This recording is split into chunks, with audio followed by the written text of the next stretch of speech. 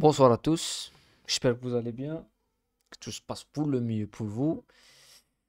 On n'a pas vécu de surprise, on a vécu une soirée de Ligue des Champions assez moyenne, comme d'habitude, comme toujours, depuis ces huitièmes de finale qui sont pas les huitièmes de finale qu'on attendait. On n'a pas eu de surprise, Liverpool n'a pas pu éliminer le Real Madrid, c'est tout à fait logique. On avait annoncé que ça ce n'est qu'une formalité pour le Real Madrid qui était au-dessus de Liverpool à l'aller et au retour. Le Real Madrid a fait un match où si par exemple ce match ce soir se termine à 3 ou 4, même 4-0 pour le Real Madrid, ce n'est pas un scandale vu la domination, vu les situations et vu les occasions qu'ils ont pu se créer cette équipe de Real Madrid. Donc je pense que,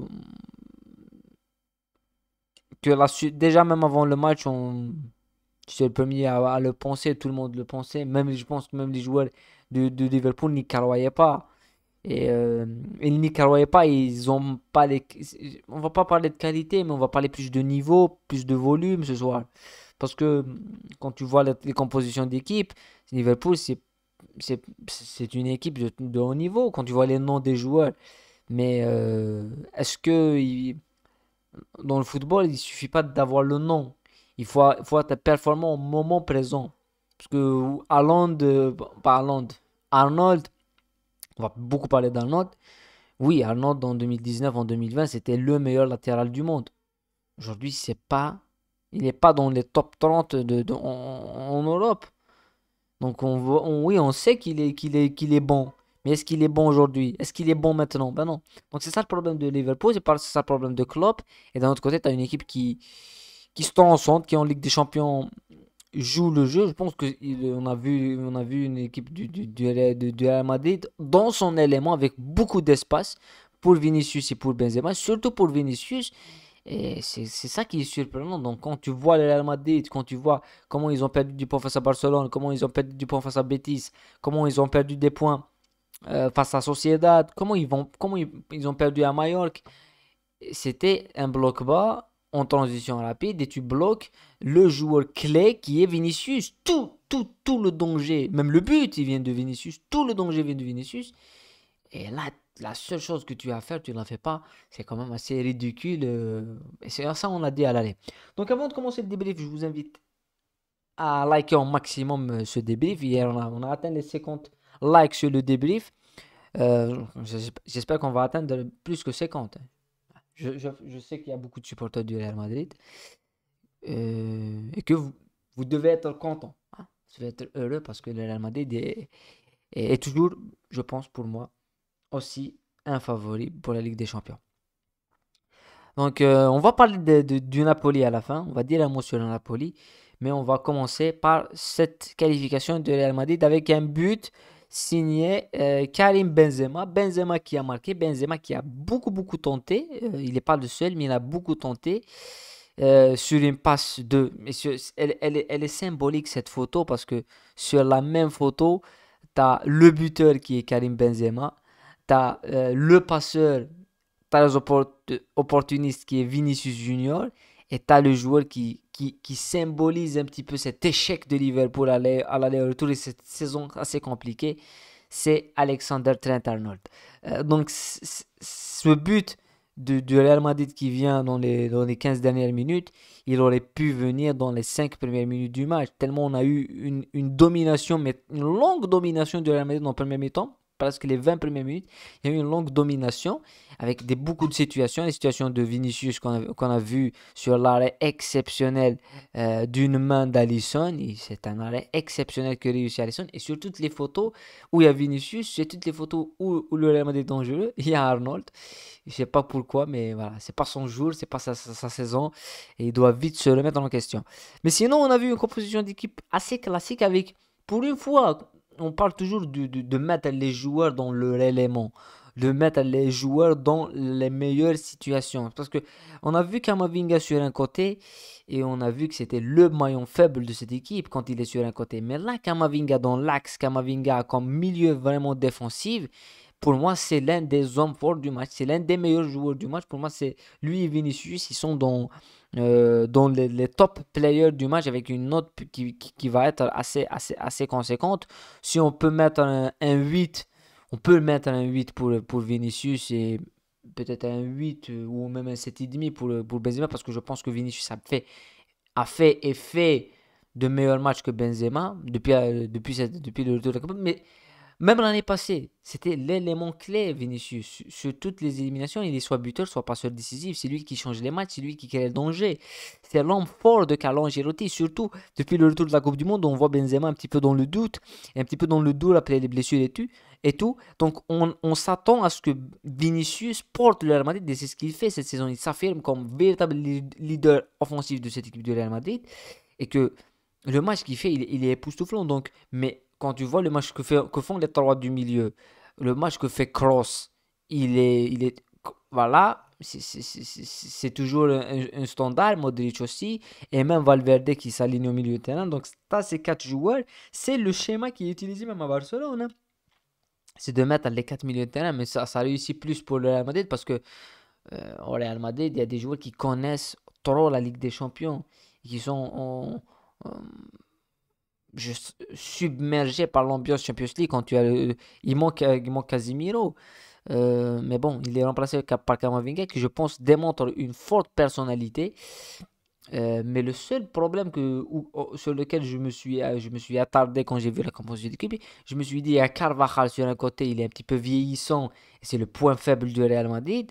Et sur l'autre côté, tu as Nacho qui est plutôt combatif, plutôt défenseur central. Ils vont jouer avec trois défenseurs centrales et Carvajal qui peut à un certain moment accompagner un petit peu les phases offensives et s'aligner sur les talons milieu du Real Madrid. Et tu n'as aucune utilisation de ce côté. C'est ce qui m'a surpris par cette équipe du Real Madrid, mais de Liverpool. Mais c'est tout à fait logique quand tu vois le niveau proposé par les latéraux et proposé par un joueur comme Robertson de Liverpool qui n'a pas pu faire rien du tout offensivement. C'est ce qui a fait la force de Liverpool, et c'est de là qu'on va parler. Ce qui a fait la force de Liverpool, c'est ses latéraux. Mais quand tu vois Vinicius, ce qu'il fait à Arnold pendant les 90 minutes, je pense que c'est c'est difficile. C'est difficile pour Arnold parce qu'on a vu cette image, elle caractérise un petit peu tout, hein. Elle va caractériser beaucoup de choses. Le visage de Arnold, il caractérise toute cette frustration qu'il a dû avoir tout au long du match parce que dès le début du match, t'as Vinicius qui met la misère, mais une misère comme pas possible à Arnold, qui n'arrive pas à suivre le rythme. Mais tu sens que physiquement, ils sont touchés. Il est touché, le joueur. Il n'a pas le niveau qu'il avait avant. Parce que avant, euh, pendant 2018 et 2020, c'est-à-dire que 2018-2020, même l'année où ils se font éliminer par l'Atlético Madrid en Champions League dans un match légendaire, le 3-2 à Anfield. 2018, ils font championnat où ils perdent un match, ils sont pas champions avec City.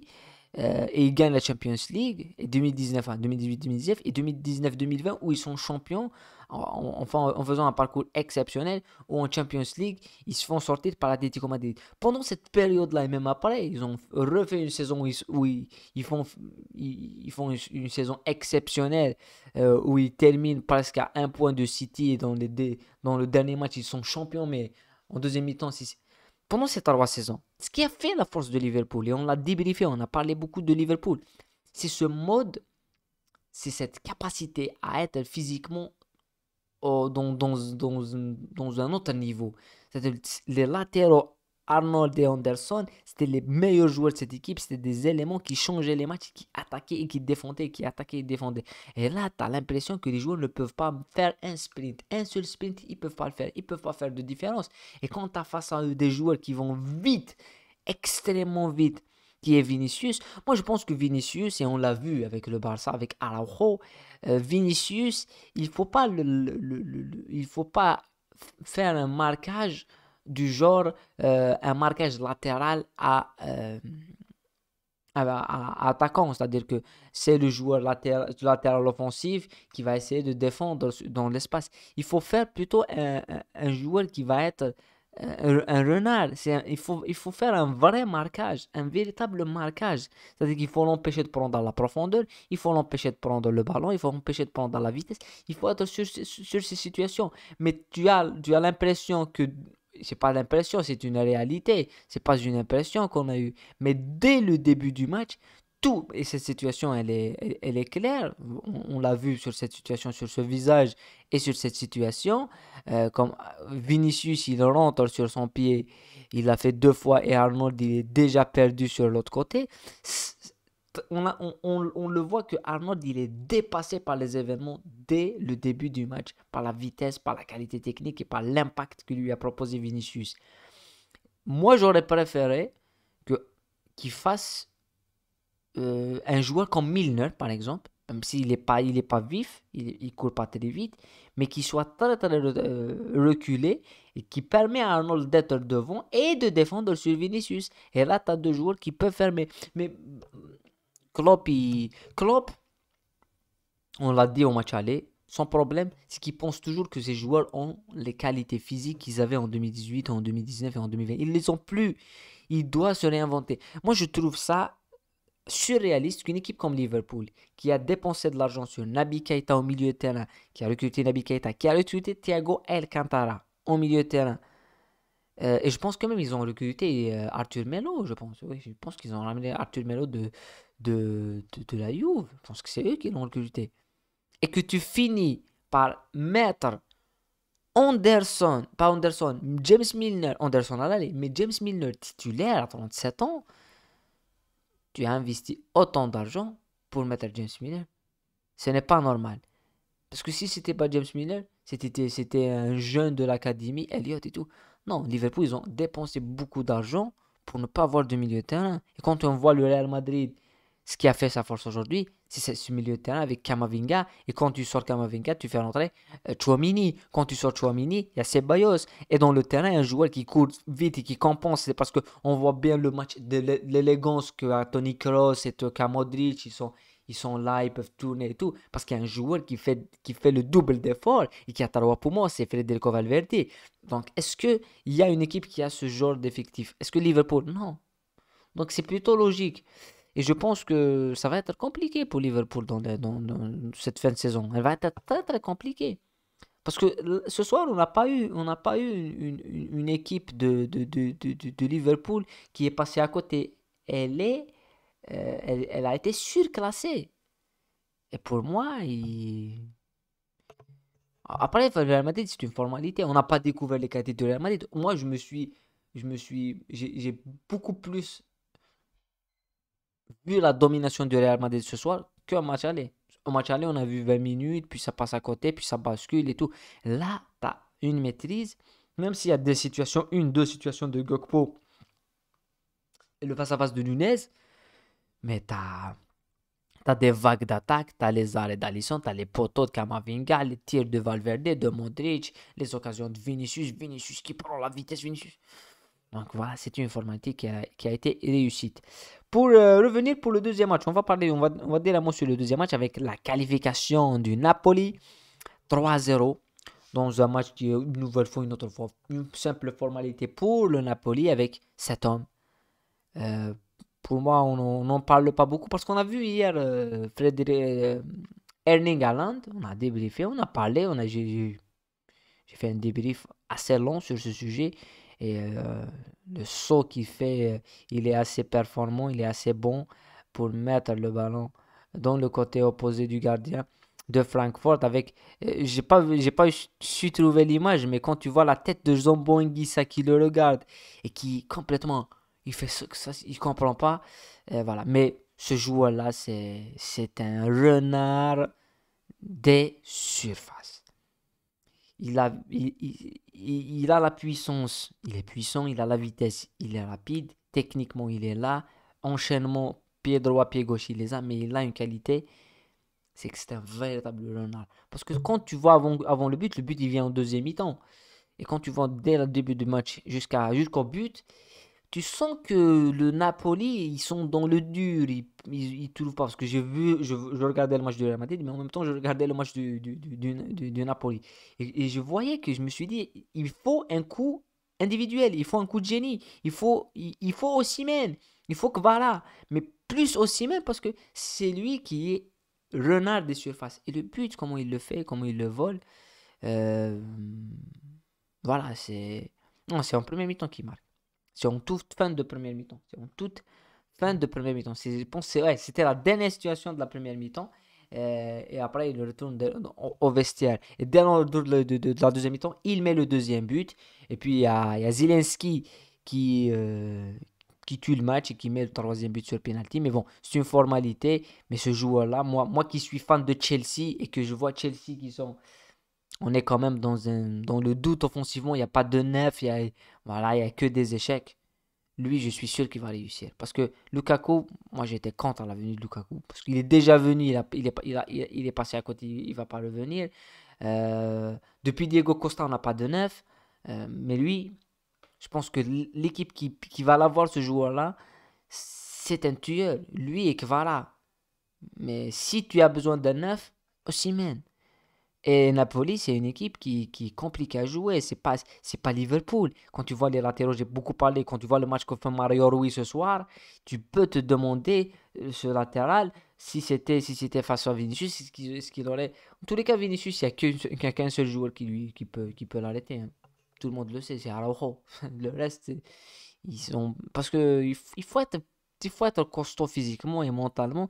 Il faut prendre. Pour Vinicius, pour juste dire un mot, parce qu'on a beaucoup parlé de Vinicius, on a beaucoup parlé des matchs, on a beaucoup dit c'est le joueur clé du Real Madrid, c'est le joueur qui change les matchs pour le Real Madrid, mais c'est le joueur qui peut faire chuter le Real Madrid quand il sort des comportements assez ridicules et qui tombe dans le piège des adversaires et des moqueries d'adversaires. Et quand voilà, on l'a vu à Mallorca, on l'a vu au Betis, on l'a vu face à toutes les équipes pour le Real Madrid arracher des points. Pour l'éteindre, Vinicius, il faut prendre le dessus psychologiquement sur lui. Et quand tu un défenseur, quand tu vois qu'Arnold, par exemple, ce soir, dès le début du match, il est dépassé, tu sais qu'Arnold, il peut pas prendre le dessus psychologiquement sur lui. Donc, il est perdu. Voilà. Mais voilà, c'est une soirée assez moyenne puisque toutes les équipes sont qualifiées. Là, on a Napoli, on a le Real Madrid, deux autres qualifiés.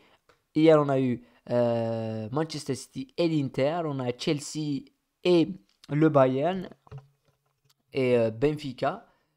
Donc, ça va être quand même un tirage au sort. On va attendre à des quarts finales demain qui seront au rendez-vous. Ça va être à des matchs de très très haut niveau. Et le Milan, hein, j'ai oublié le Milan. Ils sont là, le Milan. Donc le Milan, l'Inter et comme je l'ai dit, et Naples, trois clubs italiens, deux clubs anglais, c'est City et Chelsea, un seul club allemand au final. Et pour moi, il y a deux équipes qui seront très très difficiles à prendre. Ça c'est le Benfica. Je pense que c'est une équipe qui est très, très joueuse et ils sont énormes cette saison. Et le Napoli. Pour moi, ces deux équipes, c'est les deux équipes qui sont un petit peu pas. Quand tu vois leur nom sur ça, tu te dis, est-ce que c'est pas historiquement, mais c'est peut-être les moins favoris que quand tu vois Real Madrid, City, Bayern, les trois. Et après, tu as Chelsea et même t'as le Milan et l'Inter. C'est quand même des noms où c'est pas ridicule qu'ils soient en demi ou en finale. Mais Napoli et cette équipe, et l'équipe du Benfica, pour moi, je m'attends à ce qu'ils fassent en tous les cas, si les quarts de finale qu'on va avoir, si on prend pas de plaisir, si on voit des matchs, parce que on s'est ennuyé sur beaucoup de matchs, et même ce soir, tout était fait, parce que le Real Madrid vont se qualifier, le Napoli va se qualifier, hier, City à 20 minutes, c'était terminé. Et voilà, Porto, l'Inter, ça a été tenu, mais bon, c'était pas époustouflant. Donc la Ligue des Champions doit s'attraper en quart de finale pour nous. Et l'arbitrage, ce soir, tu as quand même l'arbitre du Real Madrid face à Liverpool qui va voir les images, le ballon, il touche le genou, il touche la main du joueur de Liverpool et qui revient et qui annule et qui dit qu'il n'y a pas pénalty. Donc, il a vu les images, c'était tout à fait clair. Hier, l'arbitre, il a vu les images qu'il n'y a pas main, et il arrive, il siffle le penalty. Donc, les arbitres doivent communiquer. On doit savoir ce qui se tourne dans sa tête. Pourquoi il a fait cette décision et pourquoi il n'a pas fait cette décision. Voilà, c'est tout. C'est une nouvelle soirée, un nouveau débrief de Ligue des Champions. On se retrouve dans le tirage au sort. On va faire une vidéo spéciale tirage au sort, revenir sur le tirage au sort et proposer et donner nos pronostics. J'ai fait les pronostics sur les huitièmes de finale. Je me suis trompé sur des matchs, par exemple PSG, mais je pense que je vais faire une vidéo et on va s'expliquer et on va parler de tirage au sort des quarts de finale de Champions League. Voilà. La parole est à vous. Fan du Real Madrid, fan de Liverpool, du Napoli ou même de Francfort, parce que je sais pas. On se retrouve dans d'autres vidéos, dans d'autres débriefs. Prenez soin de vous et la paix sur vous.